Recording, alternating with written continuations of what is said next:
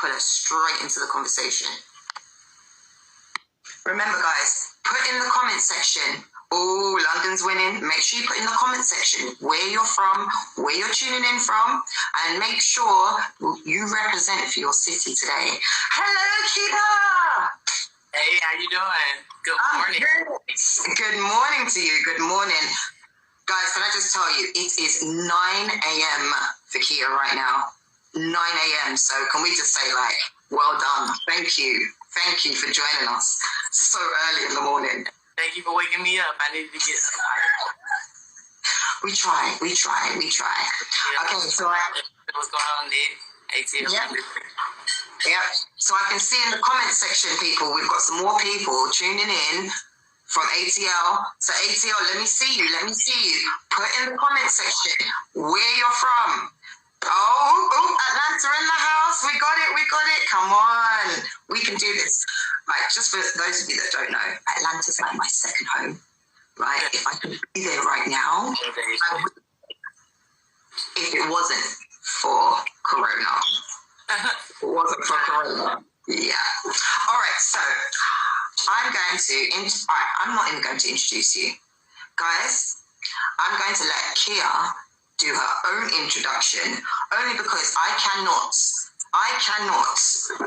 exactly give you all of the props that I need to give you, simply because you do so much. I've got a list. So guys, this is Kia Comedy. I'm going to make sure you guys follow and go and check out and all the things that Kia does.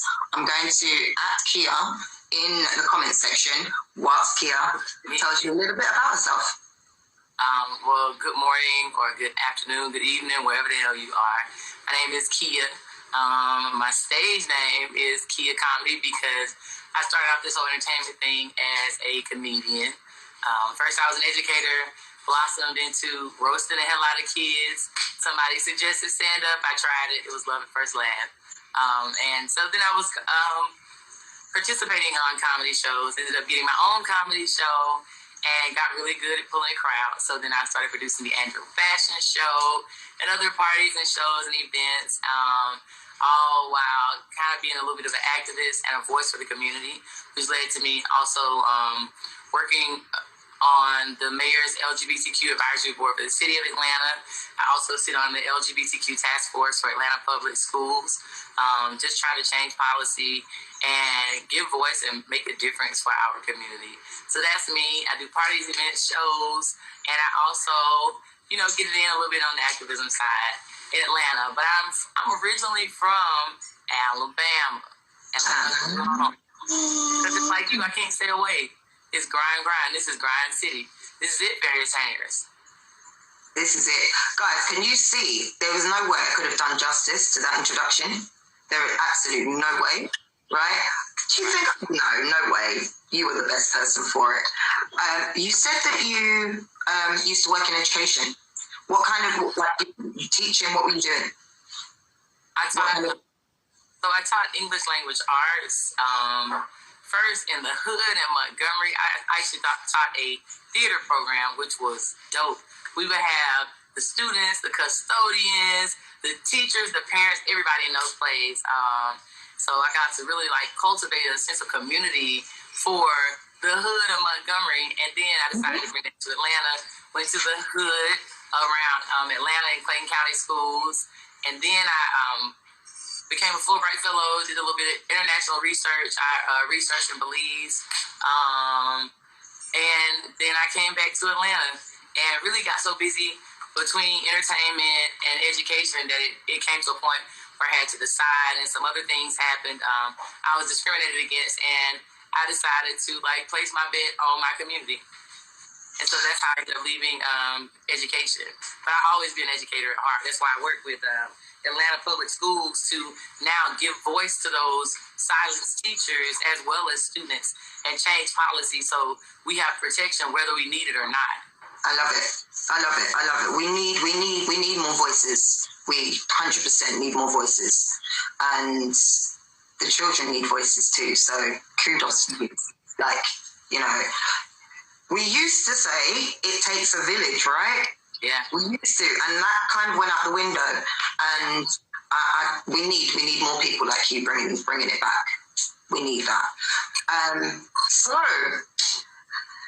education. So you did education, and you said that then you moved around and you came to Atlanta, and you mentioned you do events. What type of events do you do?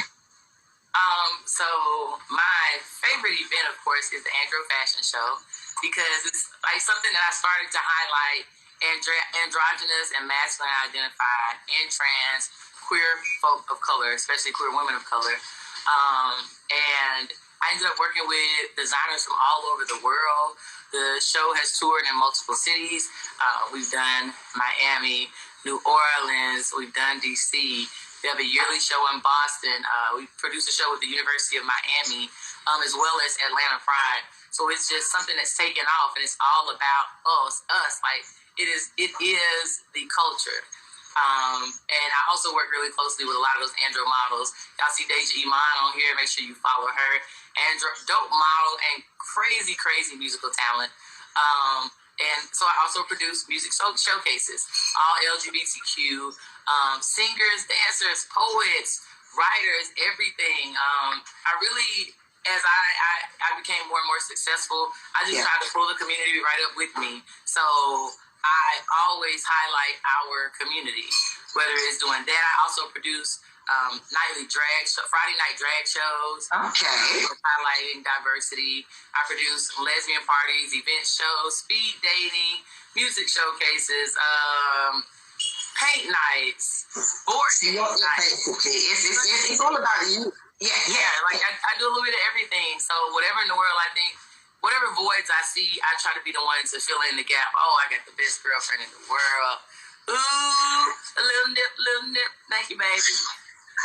Now, there's vodka in this coffee. Now, where is my cup? Oh, there's nobody there. That was a little bit jealous right now. That was very sweet. It's very sweet. It's very, very sweet. It's very sweet. That's very sweet. That's what that is. So what did you just get? What did you just get handed just now? So she gave me we started in the morning, wake and bake with a little dark roast coffee and a little chocolate vodka in here. Just nice. Yeah, you got to get it started right and get it started light. You see that? That's the coffee. I love it. I love it. Remember, guys, if you guys have any questions for Kia, pop them in the comment section. I'll read them out. And remember to rep your city, people. If you are from London, say you're from London. If you're from ATL, I'm sure I saw Memphis. Where else did I see in here? I think I saw Boston come up. Guys, put them in the comment section. Let me know where you guys are tuning in from.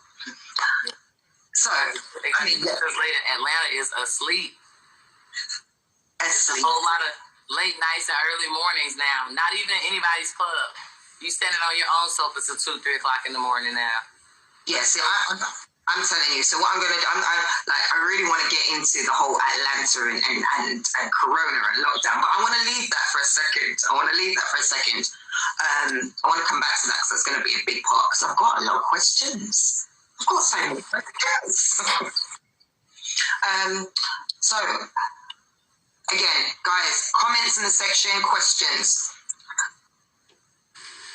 All right, guys, so anybody, once again, I travel a lot. And like I said, Atlanta is one of my second homes, and it feels like my second home. And I immediately hit up Kia. I was like, hi, I need to meet you. I did one of those kind of things, and I made sure I ran wherever you were. I made sure, because I was like, I have to get this connection. I even got on stage one. There was a comedy show, like an open mic session that Kia put on once over one of the. I think it probably was in 2015, maybe 15. It was a while back, maybe 15.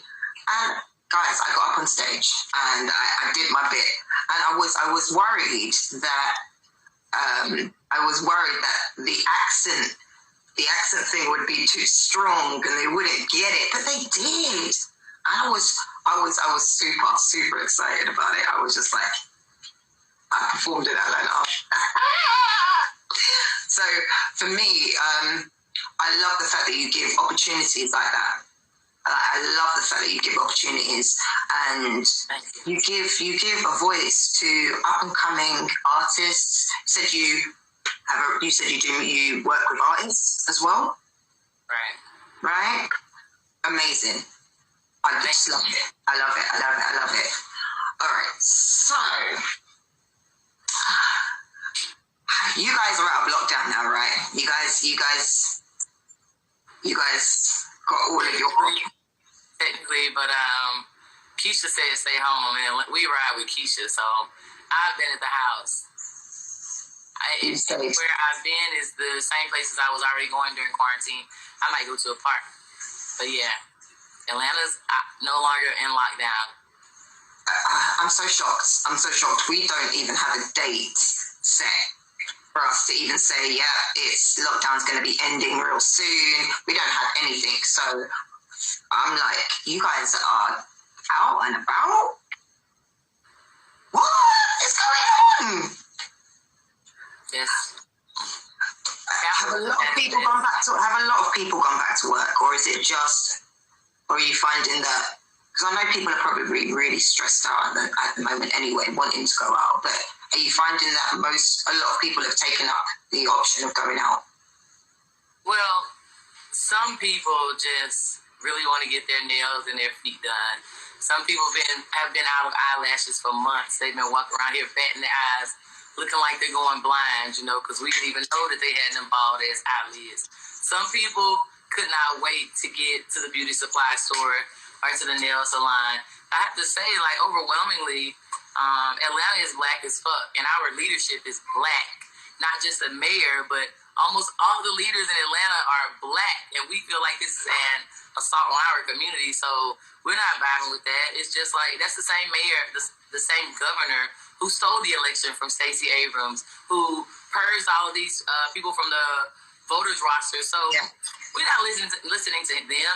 Keisha Lance Bottoms is our governor, so we're at the house. Ain't nobody studying that.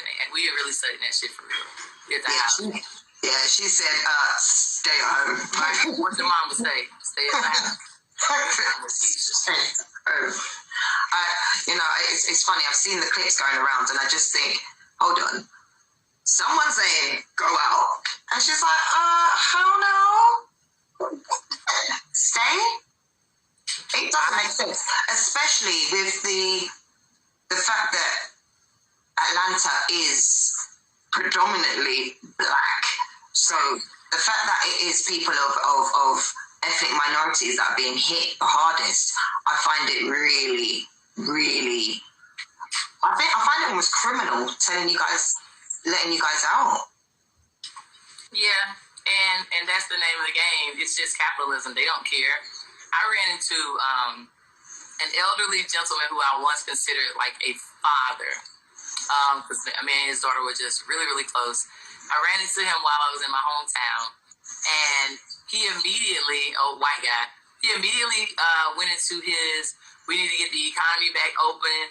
We need to get young folks like you out there working while old folks like me stay at home safe. And I had to look at him. I was like, you sound as crazy as the man you've been talking to. What do I look like? Sacrificing my young, happy life to live for your damn near dead, old crispy ass.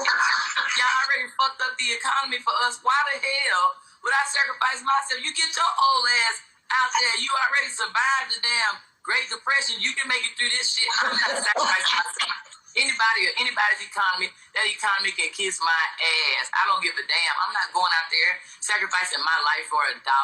It's so ridiculous to hear their talking points, especially because they were the ones saying there would be death panels. But now they're trying to sacrifice human life. I'm not with it. I'm not going anywhere. And to be very honest, as a promoter, someone who's in the business of bringing together large crowds, large crowds are the last thing that anybody wants or needs right now. So there's What am I going to do when they say you can have 10 people in?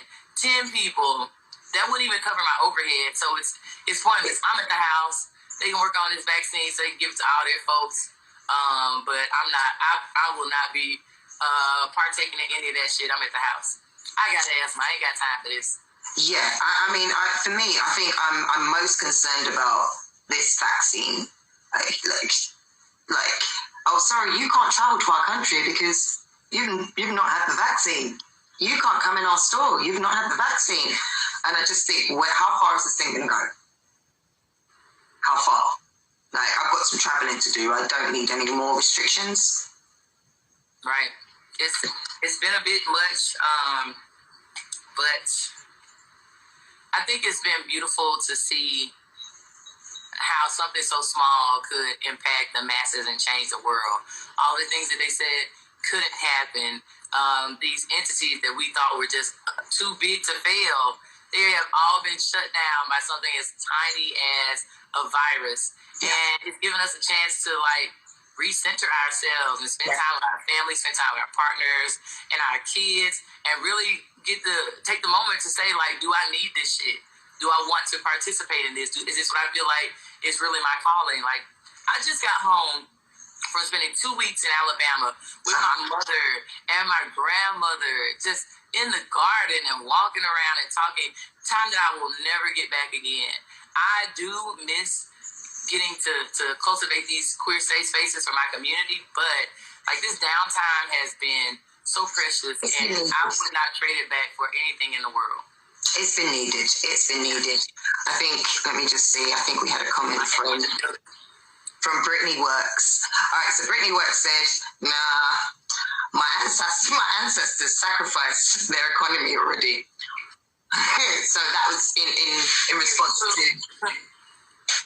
your comment earlier, and that's true. It's true. Like, we've done our bit, you know. Right. We're born into major debt because of their bullshit. And I don't have anything else to sacrifice for them. They need to be trickling something down to us. It's their fault that the American dream is dead. We can't hardly buy houses. There's no such thing as retirement for real anymore. But their old asses are taken care of, and they want us to sacrifice our life. No. It's not no. I had y'all turn. Give me mine. This is it. So, what is it looking like for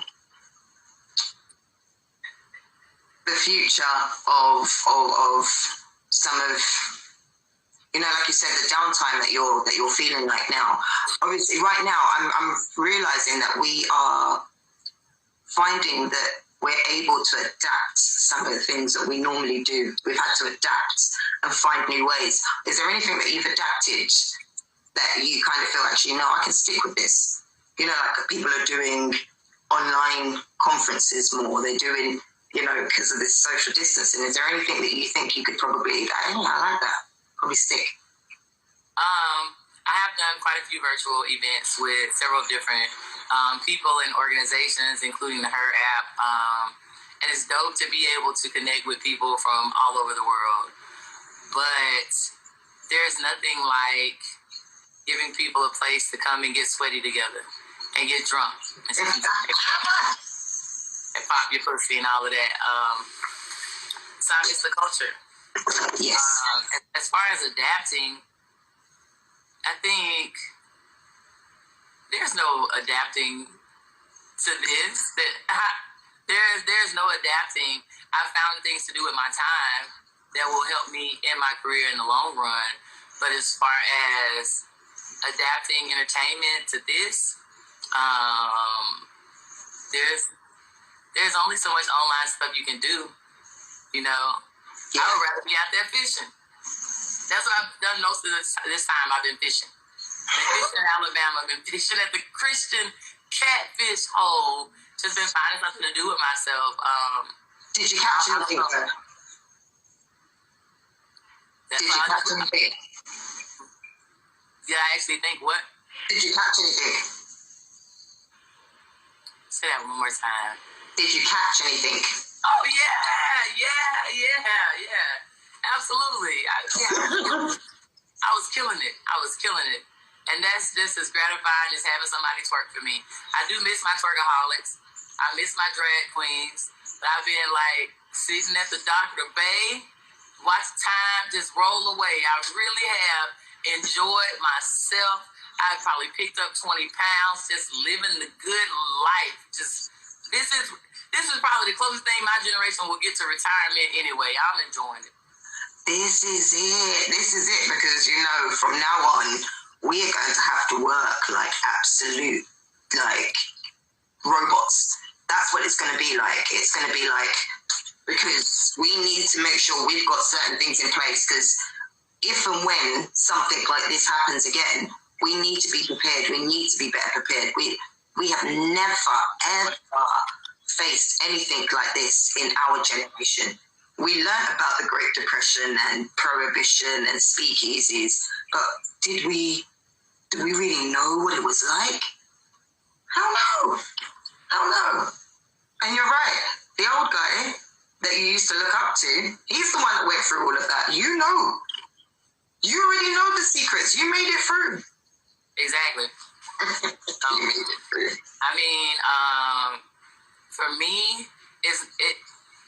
the reality is that before all of this got really, really big and all these cities and countries started quarantining, the world saw a record number of CEOs resign from their positions. They knew that this was going to be so horrible that they didn't even want to be leaders. Bill Gates, the leader of Disney, Elon Musk with his stupid ass. I'm so happy he's not gay. He looked like he could swing our way, but we have to swing his dumb ass right back. You know, they knew that this was going to be terrible. And it's just nice to see them motherfuckers sweat. Because black folks, we have been disenfranchised and in the shits all of our lives. Now they just getting a nice little taste of it, and we on vacation, waiting for them to fix shit that they broke in the first damn place. So y'all fix it. I'm at the house. I love it. I'm at the house. I'll wait. I'll wait. I'll wait. So, you said your girlfriend bought you a cup, bought you your wake and bake. And so, girlfriends, when we met, right, so we have to touch on everything. When we met, you were... The eyes. I can see the eyes. I'm so happy she just walked out. Go ahead and run your bullshit. She just walked the dog. Go ahead and run your bullshit. Go ahead and say what you got to say. Come on with the question. So no, I just wanted to know. All right, so good morning, Roderick. Let me shout out Roderick. Roderick, you come in on all my pictures and say you gonna come out. I'm a little scared of you, motherfucker. I want you to know, Roderick, I carry a pistol on my chest. Okay? We can be cool, but I don't want no shit, Roderick. I see your ass. And I thought I blocked you, but I see you on this motherfucker. Roderick, I don't want none of your shit, Roderick. You hear me this morning? All right, I'm done with Roderick. It's the year, Roderick. I do your ass. Motherfucker with me, Roderick. All right, let's get back to the bullshit. What you want to know about my girlfriend, my ex-wife, my side chick? What you want to know? Don't explain with it. Well, that's a lot. No, I just... Obviously, when I met you were married, and that was an interracial relationship. Mm-hmm.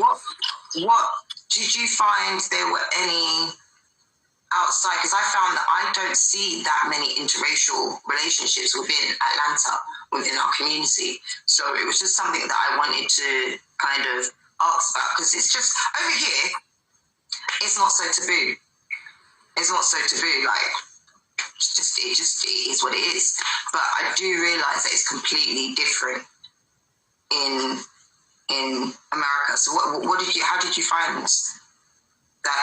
Jesus, that was a lot. First of all, I used to go to WNBA games all the time, and she was a courtside ticket holder, so I would see her all the time, but we never spoke. And then she hit me up on Downlink. Big ups to Downlink. And I was out there and exit that met on motherfucking Downlink. But she hit me up on Downlink, and at the time, my Downlink said that I was only interested in black women. I moved to the big black booty capital of the country in Atlanta. You know, I knew I was about to find me a Nubian queen. However, it just so happened. Good morning, Risa. It just so happened that Kenzie stole my heart, and she was so good to me that I was able to see past color. But Then Trump became president, and it was like, pick a side, bitch. I can't be trusted. I don't know what the hell is going on. I met a little cousin, and this little motherfucker, he probably was like 8 or 9 years old. He didn't say, hello, my name is. He walked up to me and said, I hate Obama. Well, I'll be sure to tell him at the next chicken eating meeting or some shit. I don't know what the fuck. Went over there, and it was a goddamn, like, original copy of Little Black Sambo on the table. Like, they were going to like, what, we got a little culture? I don't know. It just came a time. It ran its course, and it was. Yeah, but can I say that there was pushback? Absolutely. I have always been very Afrocentric. Like, I started the NAACP on my college campus. I've always been Miss Black as fuck, woke as fuck before it was trending.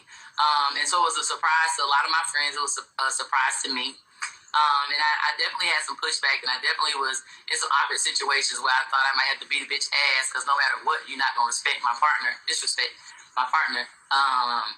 But that was a journey, and it's a journey that I'm still on because people still have shit to say about it. Like, once you go white, you just ain't right. Like, I can't, like, they still be dating black women. But you weren't saying that when you were with the white woman. Well, shut the fuck up. How about that? If you don't like it, just shut the fuck up. Love is love. Love is love. And that's the one thing you cannot, this is the one thing you cannot change. You fall for who you fall for. Yeah.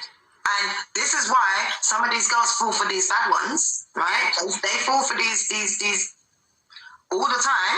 All the time. Who you telling? Oh, I've had some bad ones. And I've had some really good ones that I didn't treat right. And I apologize because I know you're hating ass watching one way or another. You probably at Roger's house watching him. Roger, I told you I'm going to shoot you now. Don't fuck with me, Roger. I swear. Listen, I swear to God, Roger been stalking me about 5 years. Roger, I know your face, sir. If I see you in one of my shows, it's going down. I want you to know right now, Roger, it's going down. Okay, I'm going to leave it alone. I think he's saying, yeah. He's talking in January 1st, 2010. And I should not. I knew anything. Yeah, that's good. Oh, 2010, that's too early. We were married for 5 years, and we've been divorced a little over a year and a half. But yeah, we'd known each other 3 months before she proposed to me, and I'm pretty sure she already had her wedding dress before then. Like, she picked it out. Like, her mother tried to hide it. Yeah, that's what she did. And it was beautiful. It was a beautiful love story. I learned so much, and to be very honest, so many doors were open for me because all of a sudden they saw me as one of the safe black people. Like, she won't tell them that we still think they're niggers. So it opened a lot of doors for me. Got me seats at some tables that I probably never would have had the opportunity to sit at before. And I learned about love. I learned about compatibility. I learned, what people can and cannot put up with. I learned about compromise. And that marriage, like, made me a woman. I probably should have been long before that, but it made me have to self-reflect and see how am I a common denominator in the mistakes that are being made? Is everybody telling the same damn story? Somebody must be telling the truth. But yeah, I was married. Then I went through a divorce. In the meantime, in between time, we had a girlfriend who turned out to be, oh my God, I won't even get on that, but oh my God. Jesus. Hey. That's all I can say about that. Thank you, Risa. This hair is looking rough. You have not seen what's underneath this hat. This hat is necessary. My hair is actually grown into it. It's like, you don't even want to go there. Listen, a lot of people are worried about that. Go ahead, run it. What you want to know before she come back from walking this dog? What you want to know? No, in the fact that's it. Like, what was someone saying? Yeah, I think it was Risa again said, that's right, put some respect on your partner. That's right. Like, no matter what, I don't care. You don't disrespect my partner, and that's it. Simple as. And, that's just the way my phone has all. Yeah, that's just the way it's supposed to be.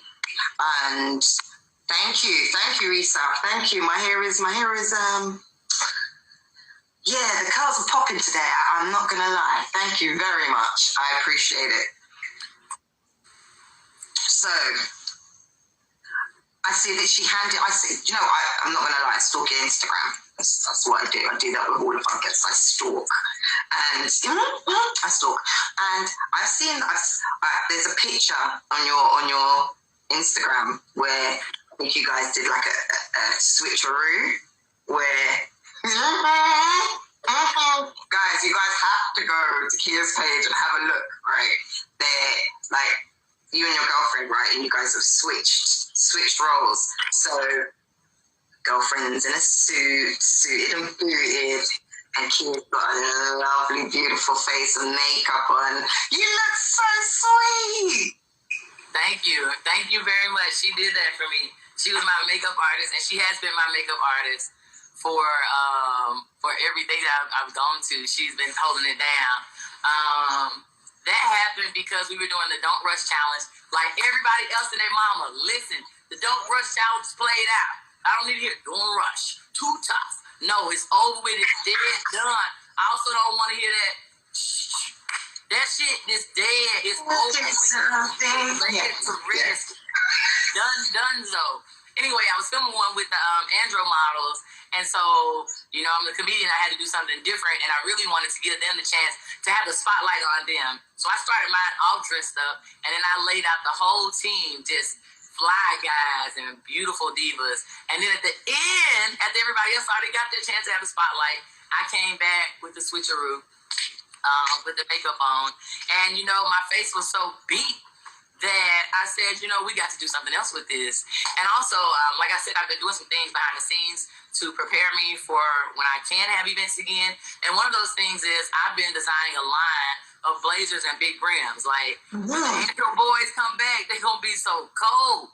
So I said to her, you know, why don't you try one of these blazers? So I had her in the blazer. I had her in one of my big brims, some glasses, you know, gave her a couple accessories, and we put it together. But it was funny, like, she was so cocky and arrogant. Hey, Miss Booker, that she is. She was so cocky and arrogant. She put on that damn blazer and the big brim, and she turned to a rude dude. I was ready to get her out of that real quick. But, I mean, she beat my face a little bit. It was nice. I love to see the pictures of you guys. Like, it warms my heart. I'm not gonna lie. I'm a hopeless romantic. So especially when I see like Black Love, I just see it and I'm just like, oh, I love this. So thank you for representing. Like, we fall in love with whoever we fall in love with, but when I see this, I'm like, yeah, that's my baby. It's been a journey. We have been quarantined together. We've gone through a lot of like, really, she's been around for a whole lot of ups. I've been up for a good little second. Thank you, America. I've been winning big time. I've had shows all over, tours, events, even done a couple trips, and she's been there right by my side, being an amazing partner, and so very appreciative of her. We found love in a like really crazy time. We were both going through a lot, so I appreciate her. I appreciate you, Leticia. Roger. I told you I'm gonna shoot you. Now you're gonna shoot me. All of them. The comments are going wild. I've got Hasey, yeah, Don't Rush Challenge, I see you. Risa, yep, the cutest picture ever of them. Oh my god, yep, they've got some real cute pictures on there on Kia's page, right? And RKJWSR. Can you kick this nigga out? Let me see. Hold on. Let me see. He's singing Johnny Taylor songs and shit. I got a 380 Glock to put up your ass, sir. How about that? You better stop fucking around with me, nigga. I'm not playing with you. I was polite with you for a long time. I'm gonna block your ass today. If it needs to be done, it needs to be done. So, what tips would you give to somebody who is still quarantining, and they are single, a single person who's quarantining? Any tips that you could give them? Okay, so I was at my mama's house for 2 weeks, so I felt like I was quarantining sexually. And I have to say, if you are quarantined by yourself, just, you know, give yourself some days in between masturbating, because you don't want that shit to lock up on you. You don't want to just wake up and your knuckles all balled up and knotted up. If you are quarantining by yourself, take some time in between masturbating. Don't wake up and you sticky stuck to the bed or dehydrated or nothing like that. Take your time and hop on some of these calls like we're doing right now. Hop on some of I heard virtual parties, just everybody DJing. I don't know. Do something with yourself other than masturbate, because you're gonna need them hands. When you get back to work, you still gonna need to be able to work at that keyboard. And if you just didn't let them lock up, then you're gonna be in a tight spot.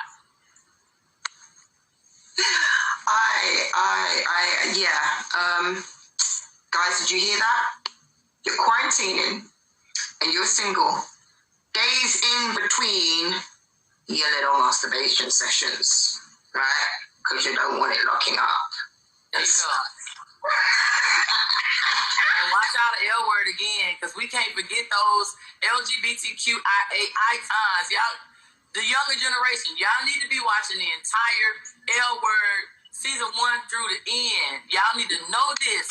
Every lesbian needs to understand L word jokes. We can't have y'all in the audience looking confused. Y'all need to know your history. So when this is it, right? This is the classics, right? And also that show, we were represented in that show too. It's not often in mainstream TV shows that we actually have some representation. So yeah, I think, guys, if you have never watched the L Word, Ebony Butterfly, you love the L Word, good for you. Like, trust me, go back, check them out. Talking of things to go and check out, stalking your profile, Netflix. Can we talk about Netflix? Yeah, I told you, stalking. Working with Netflix was really, really dope. They came in with like an all LGBTQIA team. It was us, and they actually reached out to like not just people who were popular, but people who were makers and shakers and like bringing about change in the queer community and for the queer community. So that was dope. They paid me nicely. I ended up with billboards all over the city. Right by Fifth Arena. Like it was good. It was great working with Netflix. It was great working with LOL Network. But it was funny after I worked with Kevin Hart's LOL Network to see his show Don't Fuck This Up come out and realize specifically how I fit into the whole situation. When he was in that tight about the gay community, he was like, let me fly this gay girl up from Atlanta. They gonna know that I don't hate gay people. I had no idea until that came out later. It's been cool to see that type of growth in my career. I am someone who works like almost all the way by myself when it comes to my career. I don't have a publicist. I don't have a manager. I've had many, but I'm just not to be managed because I'm like a bird. I only fly away. I'm going to do what the fuck I want to do. And if I can do more for myself than I see you doing for me, what am I paying you to be here for? Period. You know what? This is... Period. I'm so glad you said that. I'm so glad. Because people will say, have you got an agent? Have you got... No. I do it all. And that's just given me some inspiration to say, actually, no, keep doing what you're doing. And you can do this because I got myself here. Nobody else. So, yeah, thank you. Yes. I've had so many of those people come in like they're going to create all these opportunities for me, and they're really just riding off my cloud. I had a manager. I've had 2 managers build entire events off of my name, pulling in my crowd, pulling in artists that I introduced them to, and then end up removing me from the tour because they didn't want to pay me what I was worth. But it was cool in the beginning, but they brought all these other people in. Now they want to cut the pie smaller. You can cut your slice of the pie smaller. I'm still going to get what I was promised. Anyway, I've had that happen and seen both of those fail. What the fuck ever. But, yeah, I don't know. I think I just haven't met the right manager or publicist. Because, again, I've done so well already by myself. If you're not bringing any type of growth or benefits, then what the hell am I paying you for? This is it. It's one of those, what are you bringing to the table? Really? Right. Really? Because I can do that. I can do it. I did that by myself.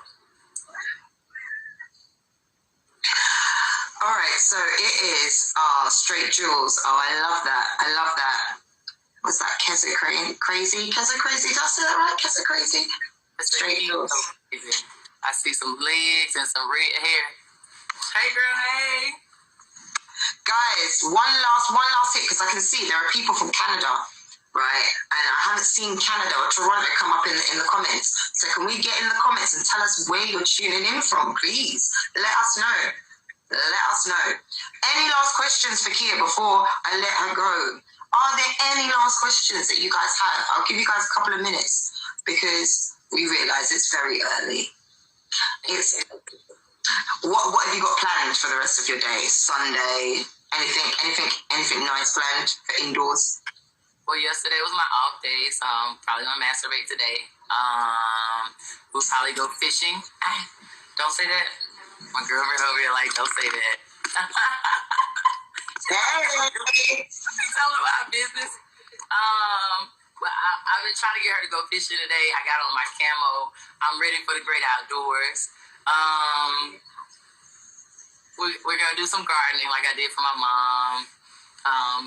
I don't know. I've only been back in Atlanta for 2 days, so I've really been relaxing. Just chilling with my baby. I missed her so much. 2 weeks. We've never been separated for that long. So that's beautiful. Yeah. C from Toronto said we've got to get you to come over to Toronto. So definitely put that on your list. Yeah, I think I'll be coming over to see at the same time. Thank you very much. Thanks for my invite. Thanks. All right, so we have a question for you. We have a question. All right, really nice question from Nikki Dawes. What advice would you give to somebody trying to break into comedy? Trying to break into comedy? Don't do what I did, because I broke into comedy and I said, fuck that, because I can make more money doing my own events and shows. If you want to specifically be a comedian, work the open mic comedy circuit. It's consistent, and that's the formula. Be working the open mic comedy circuit, and also, doing your own thing on social media. For me, comedy is a very, like anything else, like male-dominated industry where I don't have to be up in there. I don't have to be up in there with those motherfuckers. I'm already doing more by myself without being on the mic than them. So that whole humility, working for $25 bullshit while other people making all this money. Work the open mic circuit. Be consistent on your social media and write and read how comedy is formatted, and don't just get up there and freestyle. Understand the formula and put your story, your jokes in that formula. You'll be great. That's some sound advice. I love it. I think, what is this? They're not even funny. Yeah, like a lot of the male comedians, people that are, they're not funny. Yeah, they just want to talk about their dick. And this is suck my dick, this is suck my dick from the back. Then I was like, hey, you gonna suck my dick? And the microphone is the dick, and it's funny every time apparently. And I obviously can't relate, but I think I might have laughed the first time, but now it's the 20,000 time. It's not funny anymore.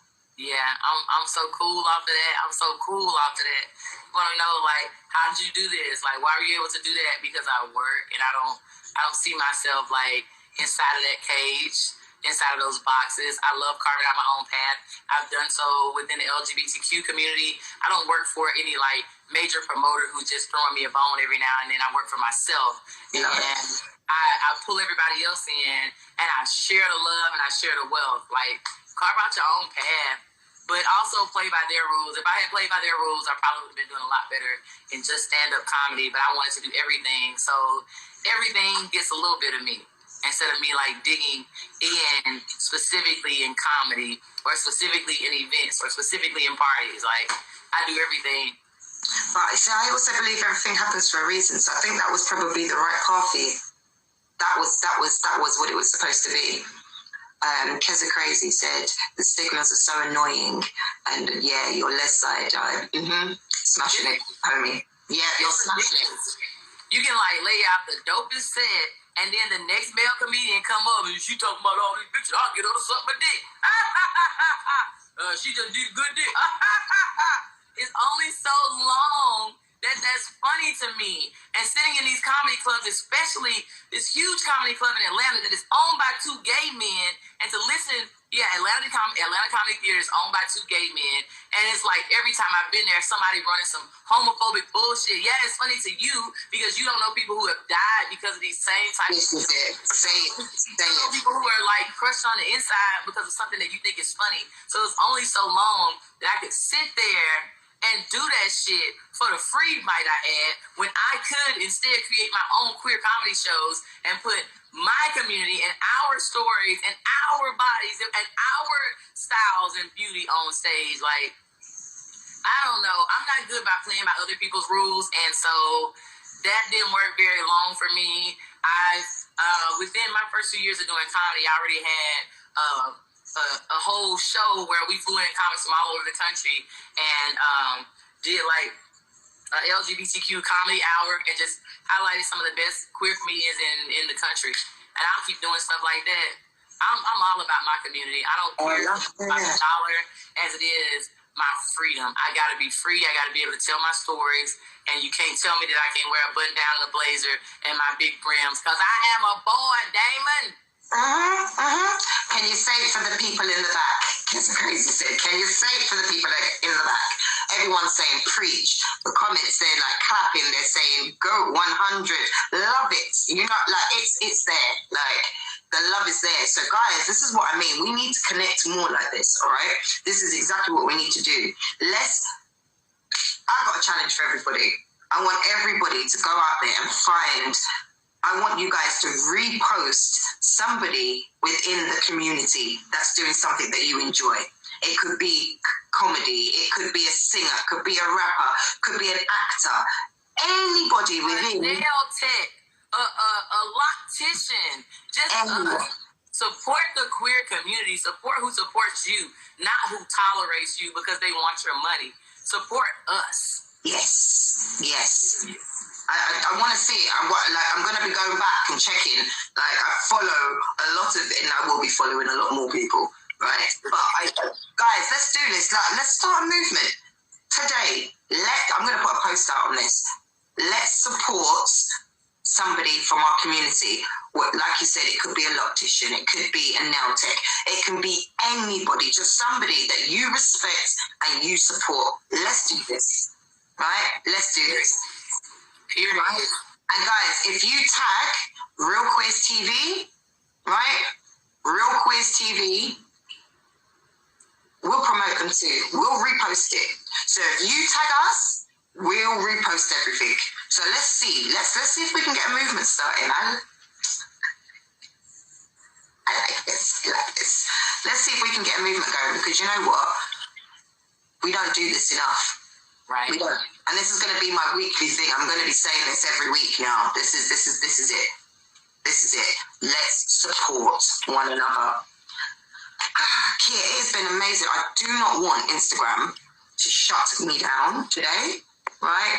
So guys, I think we have time for maybe one last quick question. If anybody has any dying questions, anything that they really want to know, now is the time, because Instagram will shut us off shortly. We're not gonna do that. Which I want to know. This is it. Any last questions, guys? Any last questions? Any last shout outs? So let me just go through these. I want to shout out Tiff No Kennedy, dope artist out of Texas. Follow Tiff No Kennedy. Tiff, drop that tag one more time. Like, there's so many dope artists, and if you look on my page, you'll see so many of these artists. There are amazing singers, dancers, poets. Just like any other community can do this, so can we. We are amazingly talented, and so many of us see ourselves as outside of the box anyway, because we never fit in it in the first place. Support queer artists, support queer entertainers, support queer venues, queer designers, writers, whatever it is. Do it for the culture. I'm telling you, look, all I say is, remember what you was like before you came out. And all right, we got a question. All right, so from Keza Crazy. How is it being lesbian and having your girl on set, especially in non-queer event, because people... Yeah, and that would be all the time. I'm telling you, I could kill the crowd dope ass, relevant, recent content, and then the next comedian would come up and make all their jokes about fucking me and my girlfriend. Niggas I ain't never even met before. Like, that's always the joke. So, I can't even say that it bothered me because I'm in the green room with these comedians and I already know it's coming. I can't say that it bothered me, but I can say that I did not want to feed into that. I don't have to feed into that. I don't have to be everybody's punchline just because I happen to be a little bit different from them. But, yeah, it was always shit to say. I can tell y'all some mainstream comedians who have been so disrespectful to me and my partner. Like, real talk, bitch, if I see you in the street and run up, you know who you are. It's been a journey. It's been a journey. It's people have something to say, you know, and we're comedians, so we can't hold that in. They're gonna say something. It's always been interesting. It always is like catches people's eye, catches people's attention, and we always become like part of the conversation. We always become part of the conversation. I agree. Whenever I perform my comedy, it's usually LGBT based anyway, and I find I'm very wary as to where I'm performing this, as to the audience and the people that are going to be receiving my performance. So it can be tricky. Kia, I want to give you the biggest thank you for coming on the live today, for chatting with us, getting interactive with us. It has been such a pleasure. I think we're going to have to get you back on again. I think we keep going. Yeah, I think so. I think we'll have to get you back on again on another episode. But thank you so much for coming on today. Guys, remember, go and check out Kia's page. She's tagged. We want everybody to go follow everybody. Remember, tag us, Real Quiz TV. Tag us in your posts and we will repost your idol, the person that you support, the people that whoever it is that you guys want to shout out, tag us and we will repost it. Okay, before that time comes in, I'm going to say thank you again. Kia, it's been amazing.